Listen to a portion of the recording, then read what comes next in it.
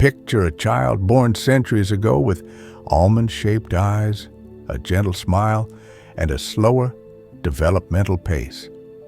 In one village, that child might be called a heaven-touched spirit, cherished but kept away from the public eye.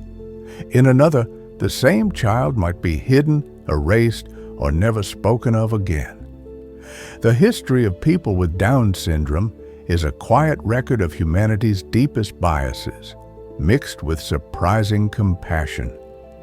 Archaeologists in El Argar, Spain, uncovered the burial of a child from 3,500 years ago with Down syndrome buried with care, not discarded, which hints at acceptance before written history.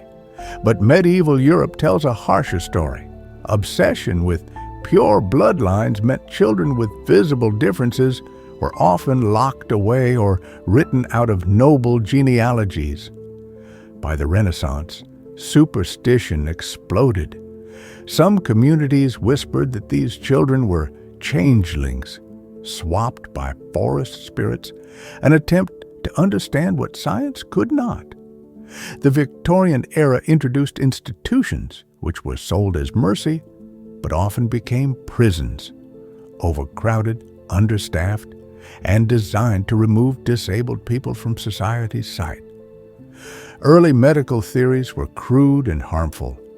John Langdon Down identified the syndrome in the 1800s, but was influenced by racist pseudoscience that tied developmental disability to primitive races. In the early 20th century, eugenics movements across the world pushed for sterilization laws, framing disability as a threat to the future of civilization. Yet even then you find families who refused to send their children away, who fought doctors and governments, insisting that love had nothing to do with chromosomes. Royal history hides darker examples. In 1908, Princess Alexandra of Denmark gave birth to Prince John, who had epilepsy and likely Down syndrome. He was effectively exiled to a remote house on the Sandringham estate, rarely photographed, and removed from public life until his death at age 13.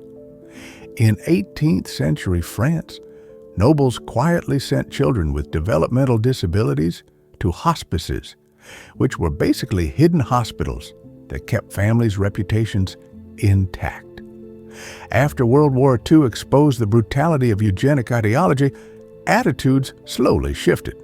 Advocacy groups formed, special education began, and by the 1970s, laws demanded inclusion in schools instead of segregation. Today, many people with Down syndrome graduate, work, create art, start businesses, and advocate for themselves. But echoes of the past linger in prenatal testing debates and cultural expectations of normal. History isn't a simple arc of cruelty to compassion. It's a messy mosaic of fear, misunderstanding, stigma, tenderness, and resilience.